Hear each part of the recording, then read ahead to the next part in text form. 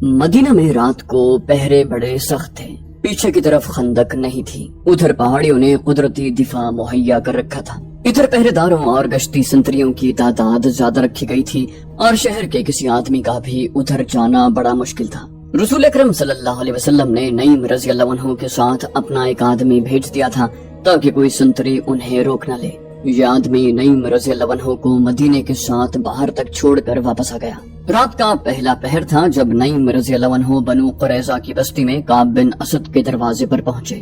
دروازہ غلام نے کھولا۔ نعیم رضی اللہ عنہ نے پوچھا، تم مجھے اچھی طرح جانتے ہو نا کعب؟ کعب نے کہا، نعیم بن مسعود کو کون نہیں جانتا، غطفان کے قبیلے کو تجھ جیسے سردار پر بہت فخر ہوگا۔ کہو نعیم، رات کے اس پہر میں تمہاری کیا خدمت کر سکتا ہوں؟ میں نے 10 دنوں کی مہلت مانگی تھی، ابھی تو 6-7 دن گزرے ہیں۔ میں نے مسلمانوں پر شبخون مارنے کے لیے آدمی تیار کر لیے ہیں، کیا تم یہی معلوم کرنے آئے ہو؟ نعیم رضی اللہ عنہ نے کہا، میں اسی سلسلے میں آیا ہوں۔ تم بے وقوف ہو کعب، تم نے قریش کے ساتھ کس بھروسے پر معاہدہ کر لیا ہے؟ مجھ سے نہ پوچھنا کہ میرے دل میں تمہاری ہمدردی کیوں پیدا ہوئی۔ میں مسلمانوں کا بھی ہمدرد نہیں، کیونکہ میں مسلمان نہیں۔ تم اچھی طرح جانتے ہو میرے دل میں انسانیت کی ہمدردی ہے، میرے دل میں ہمدردی ہے تمہاری ان خوبصورت اور جوان بیٹیوں، بیویوں اور بہنوں کی جو مسلمانوں کی لونڈیاں بن جائیں گی۔ تم نے قریش سے بڑا ہی خطرناک معاہدہ کر لیا ہے، لیکن اس کی ضمانت نہیں لی کہ اہل قریش تمہیں مسلمانوں سے بچا لیں گے۔ ہم نے بھی قریش کے ساتھ معاہدہ کیا ہے، لیکن کچھ ضمانت بھی لی ہے۔ کعب بن اسد نے پوچھا، کیا قریش جنگ ہار جائیں گے؟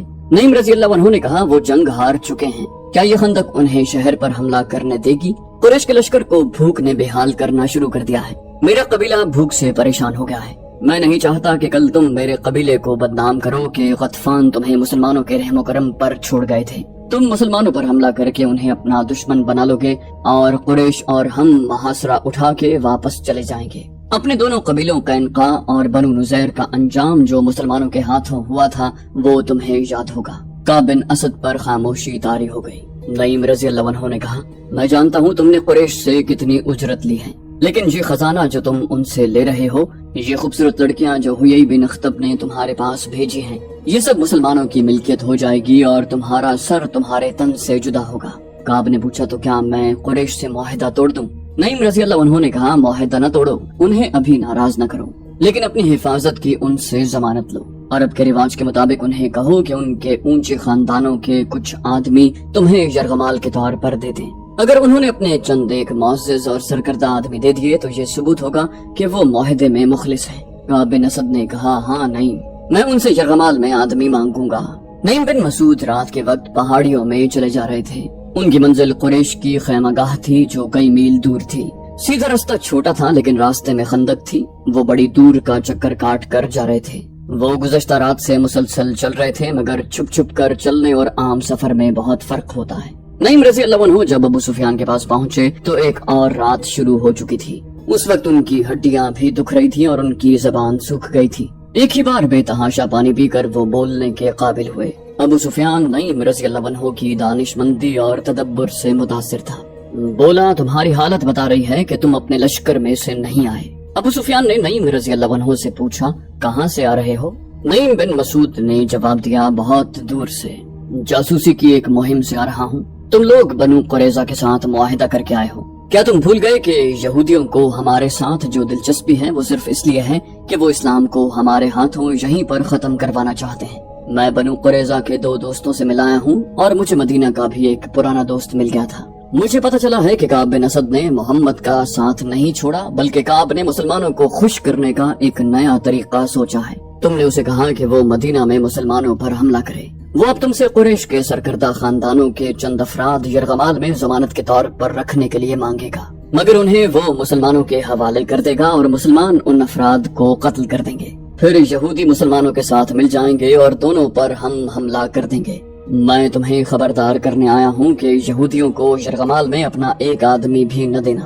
ابو سفیان نے کہا، خدا کی قسم نعیم، اگر تمہاری یہ بات سچ نکلی تو میں بنو قریظہ کی بستیاں اجاڑ دوں گا۔ کعب بن اسد کی لاش کو میں اپنے گھوڑے کے پیچھے باندھ کر گھسیٹتا ہوا مکہ لے جاؤں گا۔ اس نے کیا سوچ کر ہمیں دھوکہ دینے کی کوشش کی ہے؟ نعیم بن مسعود نے کہا، اس کی سوچ پر آپ نے شراب اور حسین لڑکیوں کا طلسم طاری کر دیا ہے۔ کیا شراب اور عورت کسی کے دل میں خلوص اور دیانتداری رہنے دیتی ہے؟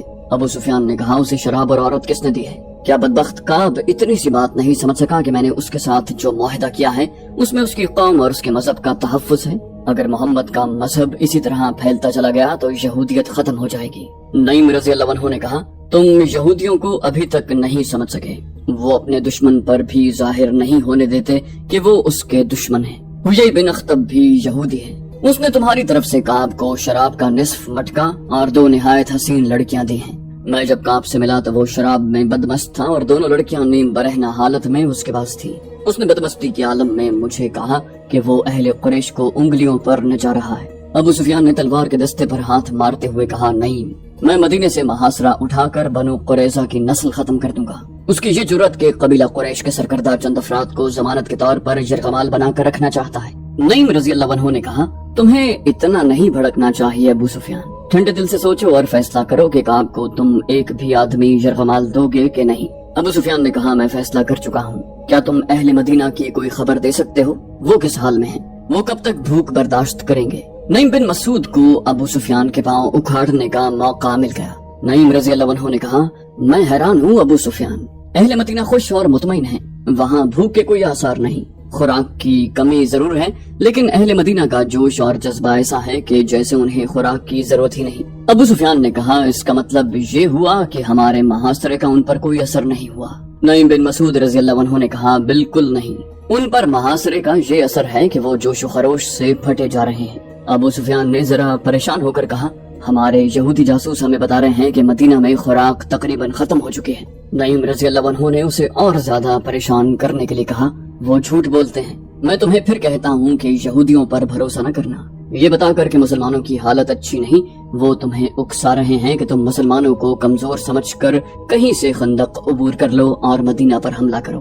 وہ اہل قریش اور میرے قبیلے غطفان کو مسلمانوں کے ہاتھوں تباہ کروانا چاہتے ہیں۔ ابو سفیان نے کہا، میں ان کی نیت معلوم کر لیتا ہوں۔ اس نے اپنے غلام کو آواز دی، اکرمہ اور خالد کو بلا لاؤ۔ نعیم رضی اللہ عنہ یہ کہہ کر چلے گئے، میں اپنے سردار غطفان کو خبردار کرنے جا رہا ہوں۔ خالد اور اکرمہ آئے تو ابو سفیان نے انہیں بتایا کہ نعیم اسے کعب بن اسد کے متعلق کیا بتا گئے۔ خالد بن ولید نے کہا، غیروں کے سہارے لے کر لڑائیاں نہیں لڑی جاتی ابو سفیان، آپ نے یہ تو سوچا ہی نہیں کہ بنو قریظہ مسلمانوں کے سائے میں بیٹھے ہیں، وہ زمین کے نیچے سے مسلمانوں پر وار کر سکتے ہیں، لیکن وہ ہیں تو مسلمانوں کے رحم و کرم پر۔ اگر آپ لڑنے آئے ہیں تو جنگجوؤں کی طرح لڑیں۔ ابو سفیان نے پوچھا، کیا یہ صحیح نہیں ہوگا کہ تم دونوں میں سے کوئی کعب بن اسد کے پاس جائے؟ ہو سکتا ہے کہ اس نے نعیم سے کہا ہو کہ وہ ہم سے یرغمال مانگے گا، لیکن تم جاؤ تو وہ ایسی شرط پیش نہ کرے۔ کیا تمہیں نظر نہیں آ رہا کہ تمام کا تمام لشکر نیم فاقہ کشی کی حالت میں ہے؟ کیا یہ لشکر خندق عبور کر سکتا ہے؟ یہی ایک صورت ہے کہ کعب مدینہ کے اندر مسلمانوں پر شبخون مارنے کا انتظام کرے۔ اکرمہ نے کہا، میں جاؤں گا۔ میں آپ کو یہ بھی بتا دوں کہ کعب بن اسد نے یرغمال کی شرط پیش کی تو میں آپ سے پوچھے بغیر معاہدہ منسوخ کراؤں گا۔ خالد بن ولید نے ابو سفیان سے پوچھا، کیا میں بھی اکرمہ کے ساتھ چلا جاؤں؟ اس کا اکیلے جانا ٹھیک نہیں ہے۔ ابو سفیان نے کہا، نہیں، اگر خطرہ ہے تو میں 2 سالار ضائع نہیں کر سکتا۔ اکرمہ اپنی حفاظت کے لیے جتنے لشکری ساتھ لے جانا چاہتا ہے لے جائے۔ اکرمہ اسی وقت روانہ ہو گیا، اس کے ساتھ 4 لشکری تھے۔ اسے بڑی دور کا چکر کاٹ کر بنو قریظہ تک پہنچنا تھا۔ وہ جمعے کی رات اور تاریخ 14 مارچ 627 عیسوی تھی جب اکرمہ خندق سے دور دور چلتا شیخین کے سلسلہ کوہ میں داخل ہوا اور کعب بن اسد کے گھر پہنچا۔ کعب کو معلوم تھا کہ اکرمہ کیوں آیا ہے۔ کعب بن اسد نے کہا، آؤ اکرمہ، میں جانتا ہوں کہ تم کیوں آئے ہو، تمہارے آنے کی ضرورت نہیں تھی، میں نے 10 دن کی مہلت مانگی تھی۔ کعب بن اسد نے اپنے غلام کو آواز دی، غلام آیا تو اس نے غلام سے شراب اور پیالے لانے کو کہا۔ اکرمہ نے 2 ٹوک لہجے میں کہا، پہلے میری بات سن لو کعب، میں شراب پینے نہیں آیا، مجھے بہت جلدی واپس جانا ہے، ہم محاصرے کو اور زیادہ طول نہیں دے سکتے، ہم کل مدینہ پر حملہ کر رہے ہیں، تمہارے ساتھ ہمارا جو معاہدہ ہوا ہے اس کے مطابق تم مدینہ میں ان جگہوں پر جو ہم نے تمہیں بتائی ہیں کل سے حملے شروع کر دو گے۔ ہمیں یہ بھی معلوم ہوا ہے کہ تم نے ظاہری طور پر ہمارے ساتھ معاہدہ کیا ہے، لیکن درپردہ تم نے وہ معاہدہ قائم کر رکھا ہے جو مسلمانوں کے ساتھ تم کر چکے تھے۔ اتنے میں ایک نہایت حسین لڑکی شراب کی سراہی اور پیالے اٹھائے کمرے میں داخل ہوئی۔ وہ اکرمہ کو دیکھ کر مسکرائی۔ اکرمہ نے اسے دیکھا تو اس کے چہرے پر سنجیدگی کا تاثر اور زیادہ گہرا ہو گیا۔ اکرمہ نے کہا، کعب، تم نے اپنا مذہب اور اپنی زبان ان چیزوں کے عوض بیچ ڈالی ہیں جنہوں نے کبھی کسی کا ساتھ نہیں دیا۔ کعب بن اسد نے لڑکی کو اشارہ کیا تو وہ چلی گئی۔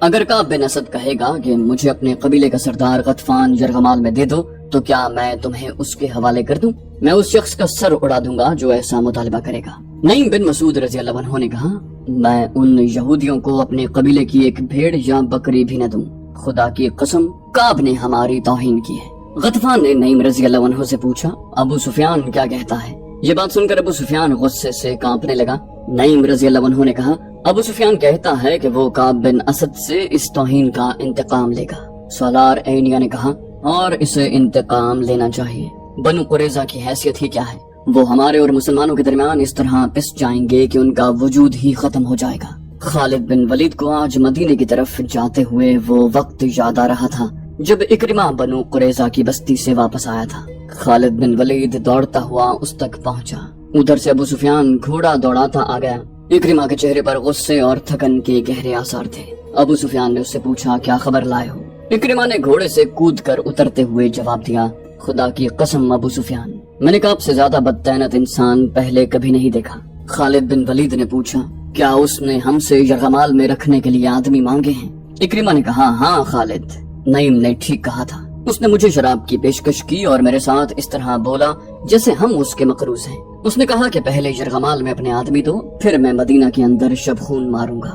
کیا تم نے اسے کہا نہیں کہ اہل قریش کے سامنے بنو قریظہ کی حیثیت اونٹ کے مقابلے میں ایک چوہے کی سی ہے؟ کیا تم نے اس کا سر اس کے کندھوں سے نہیں اتار دیا؟ اکرمہ نے کہا، میں نے اپنا ہاتھ بڑی مشکل سے روکا تھا، اس کے ساتھ ہمارا جو معاہدہ ہوا تھا وہ میں توڑ آیا ہوں۔ ابو سفیان نے دبی دبی آواز میں کہا، تم نے اچھا کیا، اور یہ کہہ کر وہ پرے چلا گیا۔ یہ کوئی بہت پرانا واقعہ نہیں تھا، 1.5-2 سال پہلے کی بات تھی۔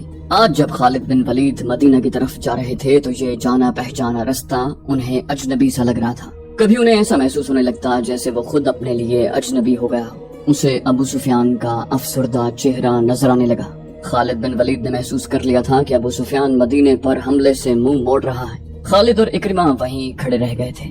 اکرمہ نے پوچھا تھا، کیا سوچ رہے ہو خالد؟ کیا تم میری تائید نہیں کرو گے کہ میں اس شخص ابو سفیان کی موجودگی کو صرف اس لیے برداشت کر رہا ہوں کہ یہ میرے قبیلے کا سردار ہے؟ خالد نے اکرمہ کو جواب دیا تھا، اہل قریش کو ابو سفیان سے بڑھ کر بزدل سردار اور کوئی نہیں ملے گا۔ تم پوچھتے ہو کہ میں کیا سوچ رہا ہوں؟ میں اور زیادہ انتظار نہیں کر سکتا۔ میں نے خندق کو ایک سرے سے دوسرے سرے تک دیکھا ہے۔ ایک جگہ خندق کم ہے اور زیادہ گہری بھی نہیں، ہم وہاں سے خندق پار کر سکتے ہیں۔ اگر تم میرا ساتھ دو تو میں آج ہی ابھی اس جگہ سے چند سوار خندق کے اس پار لے جانا چاہتا ہوں۔ ابو سفیان کسی غیبی مدد اور سہارے کا انتظار کرنا چاہتا ہے تو کرتا رہے۔ اکرمہ نے کہا، میں تمہارا ساتھ کیوں نہ دوں گا خالد؟ کیا میں مسلمانوں کے ان قہقہوں کو برداشت کر سکوں گا جو اس وقت بلند ہوں گے جب ہم یہاں سے لڑے بغیر واپس جائیں گے؟ چلو میں تمہارے ساتھ ہوں۔ وہ جگہ زباب کی پہاڑی کے مغرب اور سلا کی پہاڑی کے مشرق میں تھی، جہاں خندق کی چوڑائی اتنی تھی کہ گھوڑا اسے پھلانگ سکتا تھا۔ ضرورت شہ سوار کی تھی، پیادے خندق میں اتر کر اوپر چڑھ سکتے تھے۔ اسی جگہ کے قریب تقریباً سامنے مسلمانوں کی خیمہ گاہ تھی۔ خالد نے اکرمہ کو یہ جگہ دور سے دکھائی۔ اکرمہ نے کہا، پہلے میرے سوار خندق پھلانگیں گے، لیکن ابھی ہم تمام کا تمام سوار دستہ نہیں گزاریں گے۔ پار جا کر مسلمانوں کو ایک ایک سوار کے مقابلے کے لیے للکاریں گے۔ وہ اس رواج کی خلاف ورزی نہیں کریں گے۔ میرے ساتھ آؤ خالد، میں اپنے منتخب سوار آگے لاؤں گا، تم ابھی خندق کے پاس نہ جانا۔ اگر ہم دونوں مارے گئے تو اہل قریش کو سوائے ذلت کے اور کچھ نہ ملے گا۔ ابو سفیان کا دل محاصرہ اٹھا چکا تھا، وہ لڑنے کے جذبے کو سرد کر چکا ہے۔